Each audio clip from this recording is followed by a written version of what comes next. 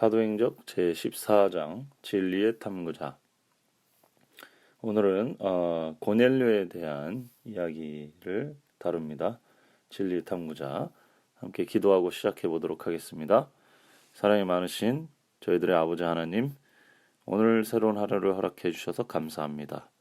이 사도행적의 말씀을 통해서 오늘 우리가 전도하는 단순한 스킬을 배우는 것이 아니라 하나님의 사업에 필요한 모든 정신과 사상을 배울 수 있도록 축복해 주시옵소서. 예수님의 이름으로 간절히 기도드리옵나이다. 아멘. 자, 진리의 탐구자 고넬료 얘기입니다.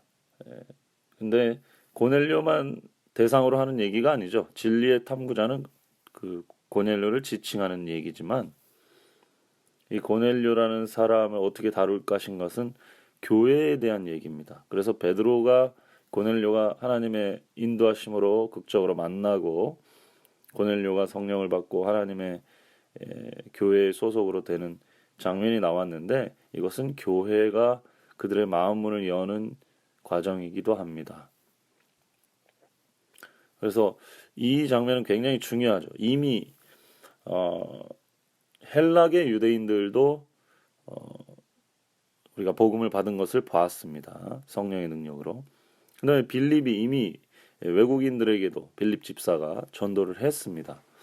그러나 베드로가 로마의 백부장을 접촉해서 전도를 한다는 것, 이거는 굉장히 큰 의미가 있죠. 공식적인 의미가 있는 것입니다. 그래서 이 사도행전에서도 굉장히 중요하게 다루고 있고, 이 사도행적에서도 굉장히 그 부분을 강조해서 다루고 있습니다. 자, 베드로는 루다라고 하는 지방에서 목회를 했고요. 루가에서 가까운 욥바라고 하는 도시에 도르가라는 여인이 살았습니다. 욥바는 지금 텔아비브 근처입니다. 수도가 있는. 그래서 욥바는 예루살렘에서 동쪽으로 쭉 내려오면 바닷가에 있는 항구 도시고요. 그 욥바는 아주 유명한 도시라서 여러분들 아실 겁니다. 그래서 루다는 욥바에서 그리 멀지 않은 도시였다는 것을 알 수 있고요. 베드로는 요 유대 지역을 중심으로 순회 목회를 하고 있었던 걸로 보여요. 예루살렘에서 박해가 심했기 때문에. 욥바에 도르가는 여인이 있었고, 도르가는 구제를 많이 하는 여인이었습니다. 특별히 옷에 대해서, 의복에 대해서 나눠주는 활동을 많이 했던 것 같아요. 그래서 사실 진짜 전도는 이 여성분들, 그리고 특별히 이 여성들이 삶의 구체적인 도움을 나눠주면서 하는 이 전도가 정말 파워풀합니다. 한국에서도 어떤 집사님이 있어요. 전도왕, 장로님이 되셨군요. 그분은 이제 숫공예를 통해 가지고 많은 사람들에게 거저 주면서 전도를 하는데 굉장히 좋은 전도를 하십니다. 훌륭한 사람들, 또 교회 일꾼이 될 만한 좋은 사람들을 많이 얻는 전도를 하는 것이죠. 도르가의 사역도 굉장히 그런 의미에서 중요했습니다. 근데 하나님께서 갑자기 이 베드로가 욥바에 이제 도르가를 살려주는 그런 일들을 하면서 사역하고 있었는데, 가이사랴에 있는 고넬료에게 복음을 전하라고 하는 하나님의 부르심을 받게 됩니다. 이 가이사랴는 말 그대로 카이사르, 시저 아닙니까? 요바에서 좀 해변가로 쭉 올라가면 거기에 로마가 세운 항구 도시가 있었어요. 가이사랴입니다. 로마의 식민 도시의 어떤 핵심 센터 같은 곳이죠. 거기에 로마 백부장을 만나라는 거예요. 간단한 얘기가 아니었습니다. 유대인들의 편견으로 말하자면은 거기 들어가는 게 베드로한테는 큰 부담이었을 거예요. 그러나 역설적으로 예루살렘에서 유대교에게 배척당한 그들이 만약에 로마의 로마 지배의 핵심부인 가이사랴에 들어갈 수 있다면 새로운 시장을 얻게 되는 것입니다. 지금에 와서야 우리가 이렇게 생각할 수 있지만, 당시의 문화적으로는 그렇게 생각하기가 정말 쉽지 않은 상황이었다는 것을 알 수 있습니다. 하나님께서는 복음 사업과 당신의 조직된 교회에 대해서 관심을 가지고 계신 증거를 주셨다. 하나님께서 이 로마의 백부장 고넬료를 잘 아셨습니다. 그는 신실하고 총명하고 또 고상한 마음과 능력을 가진 사람이었어요. 로마인이지만 영적으로 굉장히 심도 깊은 이해를 추구하는 사람이었고 유대인들의 신앙에서 뭔가 발견한 사람입니다. 그렇지만 하나님께서는 이 고넬료를 베드로랑 연결시켜 주셨어요. 하나님께서는 이 땅에 당신의 사업을 맡은 대리자들을 존중한다는 의미입니다. 하나님께서는 교회를 통해서 당신의 일을 하신다는 것이에요. 하나님께서는 사람들 가운데 당신의 대표자로서 타락한 일이 결코 없는 천사들을 선택하지 않으시고 구원하고자 하는 사람들과 성정이 같은 사람들을 택하신다. 그리스도께서는 인간과 접촉하시려고 인성을 취하셨다. 세상에 구원을 주기 위해서는 신성과 인성을 겸하신 구주가 필요하였다. 예수 그리스도가 인간의 몸을 입은 이유는 인간에게 이해가 되는 구원을 설파하시기 위함이었기 때문입니다. 인간의 언어로 말할 수 있는 구주가 필요했던 것이죠. 마찬가지입니다. 전도도. 그들의 입장을 이해하고 그들의 언어로 설명할 수 있는 사람들이 필요한 것이죠. 성육신이 필요한 것입니다. 여기에 교회의 직무, 의무가 담겨 있다. 이런 해석으로 볼 수가 있겠어요. 교회가 우리끼리의 논리만 만들고 우리끼리 잘 살자, 또 우리끼리 편하다 이렇게 할 게 아니라 이 말입니다. 세상에 나아가야 되고 세상을 이해해야 되고 그들이 이해할 수 있는 언어로 복음을 전할 때 그리스도가 이 땅에 오셔서 우리에게 풍성함과 충만함을 주신 것처럼 그곳에도 풍성함과 충만함이 나타날 수밖에 없게 된다. 그런 얘기입니다. 우리가 우리 종교 내에 우리 조직 내에 계속 머물고 있다 보면은 우리가 전에 깨달은 빛도 그 빛의 강도와 영향력을 잃게 돼요. 맨날 들은 얘기고 쓰질 않기 때문에 그렇습니다. 그러나 새로운 사람들에게 이 빛을 전할 때 새로운 빛이 일어나고 감동이 있고 충만이 있습니다.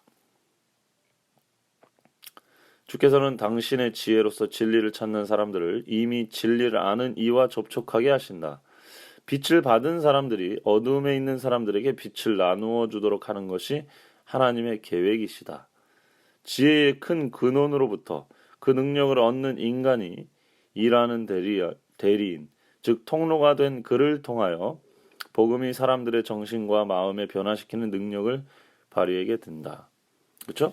고넬료를 구원하는데 하나님께서 천사를 통해서 쓸 수도 있고 특별한 방법을 쓸 수도 있지만 베드로를 만나게 하신 이유가 거기에 있다는 것입니다.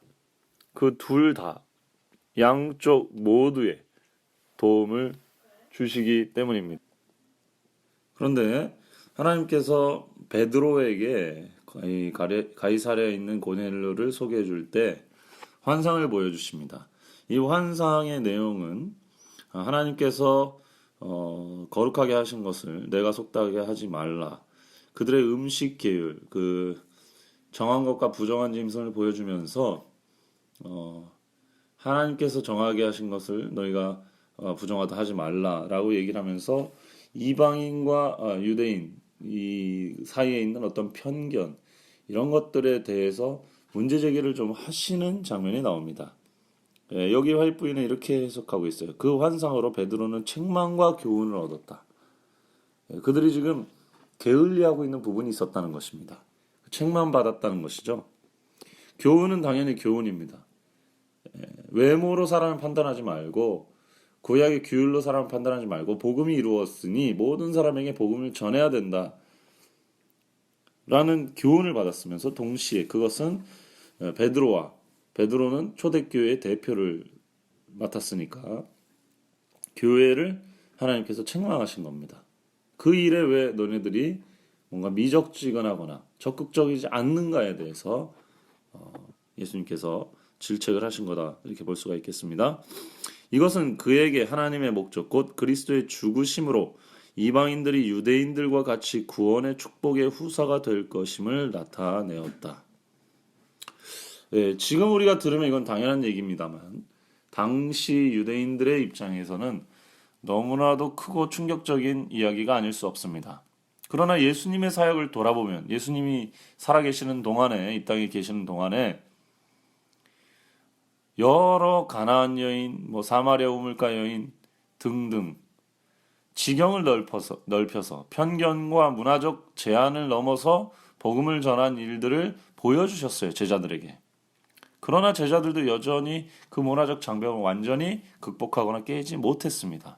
하나님께서 그들을 단계 깰 수 있도록 인도해 주셨던 것이죠.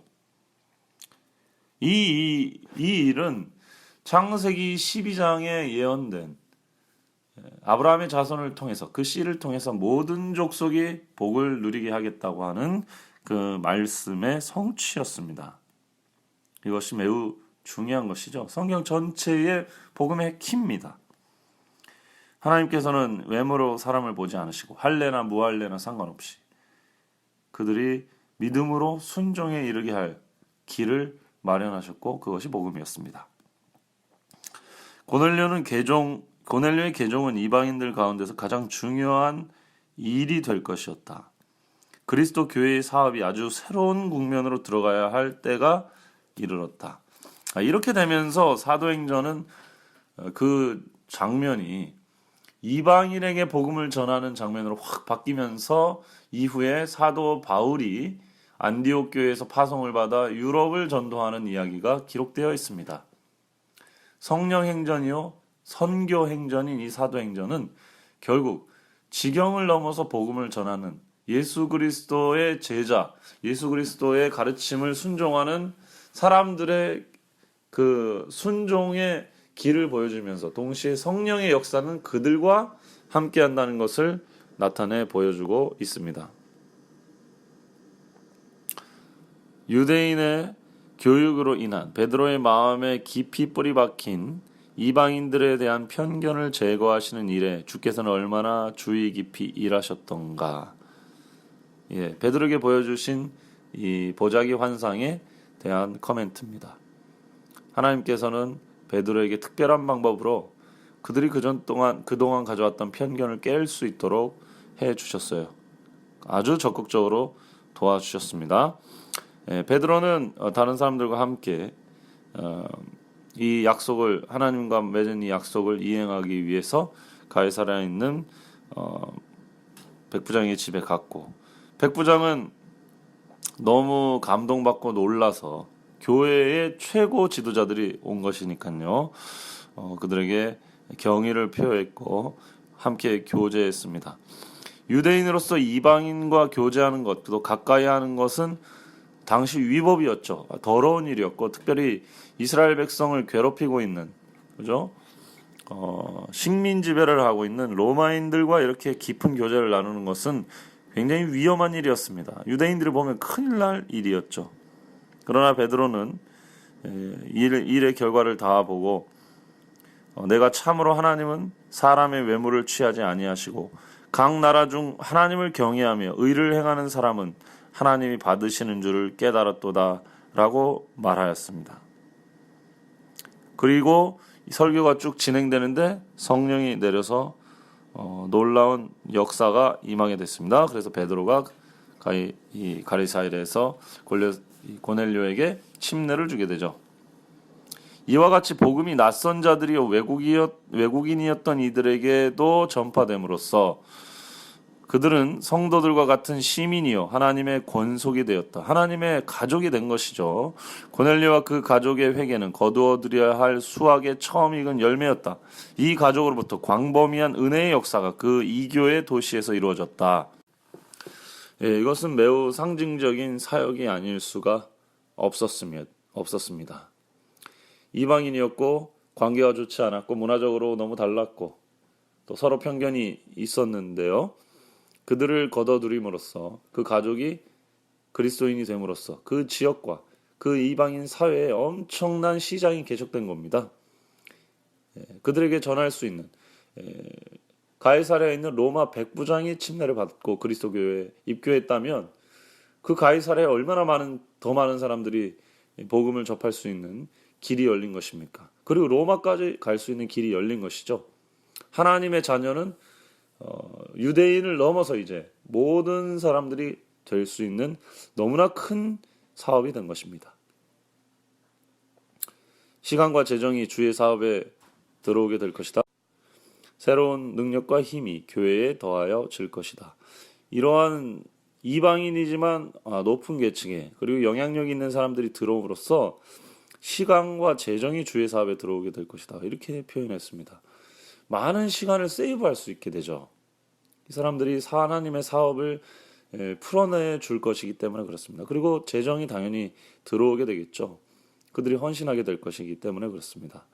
고넬료가 그가 받은 모든 교훈에 순종하여 생애한 까닭에 하나님께서는 그가 더 많은 진리를 받을 수 있도록 사건들을 지도하셨다. 또 고넬료 입장에서 보면 그렇습니다. 그가 작은 빛들에 순종했기 때문에 베드로와 같은 큰 빛을 가진 사람을 만날 수 있게 되었던 것이죠. 우리가 사는 세상에는 우리가 생각하는 것보다 하나님의 나라에 더욱 가까운 사람들이 많이 있다. 이 어두운 죄악 세상 가운데서도 주께서는 당신의 사자들을 그들에게 보내실 많은 귀중한 보석과 같은 사람들을 가지고 계신다. 어느 곳에나 그리스도를 위하여 굳게 설 사람들이 있다. 네, 우리는 대도시 혹은 타락한 지역 이런데 복음이 잘 전해지지 않을 것이라는 편견을 갖고 있지만 어느 곳이나 하나님께서는 생각보다 많은 당신의 대리인들 혹은 당신의 빛을 받고 있는 사람들을 갖고 계시다는 거예요. 그래서 선교 원리의 기본은 이러한 빛의 마음이 열린 사람들 혹은 접촉이 된 사람들을 중심으로 해서 일을 하는 것입니다. 그래서 뻗어나가게 돼 있는 것이죠. 그렇게 일을 함으로써 일하는 사람도 쉽게 지치지 않고 또 계속적으로 일을 하게 되고 또 하나님의 역사를 경험하게 될 것입니다. 어느 곳에나 주님의 말씀을 위해서 선 사람들이 있기 때문에 우리는 편견을 가지고 미리 우리 스스로를 제약할 필요가 전혀 없고 오히려 거꾸로 담대하게 말씀을 증거하되 신중하게 특별한 계층에 있는 사람들에 대해서 특별한 접근을 할 필요가 있다. 이렇게 정리를 해보겠습니다. 이 바울이 이제 유다에 있는 형제들하고 이 문제를 정리했습니다. 사람들은 몹시 놀라고 분노하고 베드로의 이 행동의 결과가 어떤 초대교회에 영향을 낳을지에 대해서 매우 의견들이 나뉘었겠죠. 베드로는 이제 자신의 입장을 변론했습니다. 자신이 보고 환상을 본 거, 고넬료를 만난 거, 고넬료를 침내준 거 이런 것들을 얘기했겠죠. 결론은 그겁니다. 내가 누구간데 하나님을 능히 맡겠느냐. 하나님의 능력이 그쪽으로 나아가고 하나님의 역사가 이렇게 일어나는데 사람이 이걸 막을 수 있겠는가. 저는 이거면 된다고 봅니다. 이러한 정신이 우리의 편견과 문화적 제약을 뛰어넘는다고 봅니다. 하나님이 하시는 일인데 우리가 어떻게 막냐. 그래서 일단은 이후에 이 일은 이렇게 단번에 끝나지 않습니다. 예루살렘 총회, 그죠? 우리 AD 49년에 있었고 사도행전 15장에 나타난 이방인들이 할례받지 않은 이방인들이 그리스도인이 될 수 있느냐 없느냐에 대해서 공식적으로 정립하는 사건에 이르기까지 그리고 그 이후에도 이 일은 계속적으로 하나님께서 반복해서 확인시켜주는 그런 작업이 필요했던 상황입니다. 그리고 심지어 오늘날까지도 인간적인 어떤 문화와 장벽에 가로막혀 복음이 가리울 수 있다는 생각과 편견들을 아직도 가지고 있는 경우들도 있거든요. 이것은 인간이 그만큼 약하기 때문에 또 연약하기 때문에 쉽게 가만히 있으면 쉽게 이러한 쪽으로 기울어지게 되기 때문에 하나님께서 이미 초대교회를 통해서 역사를 통해서 어떻게 그것을 제거해 나가시고 그리스도의 복음을 전파해 나가시는지를 보여주셨다. 이렇게 볼 수 있겠습니다. 마무리. 그리하여 아무 논쟁 없이 큰 출현은 없었던 걸로 보여요. 모두가 다 하나님을 중심으로 생각했기 때문에 그렇습니다. 편견이 무너지고 오랜 관습으로 인한 확립된 배타심이 제거되었다. 복음이 이방인들에게 선포되는 길이 열리게 된 것이다. 네, 그래서 이 사건은 고넬료 사건, 사도행전 11장 그리고 이제 12장으로 연결되는 이 사건들은 매우 중요한 그 내부적인 그런 의미를 갖고 있다 볼 수가 있겠습니다. 네, 그 10장 11장이 되겠습니다. 자, 기도합시다. 사랑이 많으신 아버지 하나님, 오늘 우리가 어떻게 사역을 해야 되는지에 대해서 지도해 주셔서 감사합니다. 우리에게 오늘날 문화적 편견이 있다면 제거해 주시고 하나님께서 기별을 전하고자 한 일에 대해서 우리가 인간적인 생각으로 그것을 막지 않도록 인도해 주시옵소서. 주님의 뜻이 우리를 통해서 이루어지는 축복을 누리게 해 주시기를 예수님의 이름으로 간절히 기도드립니다. 아멘.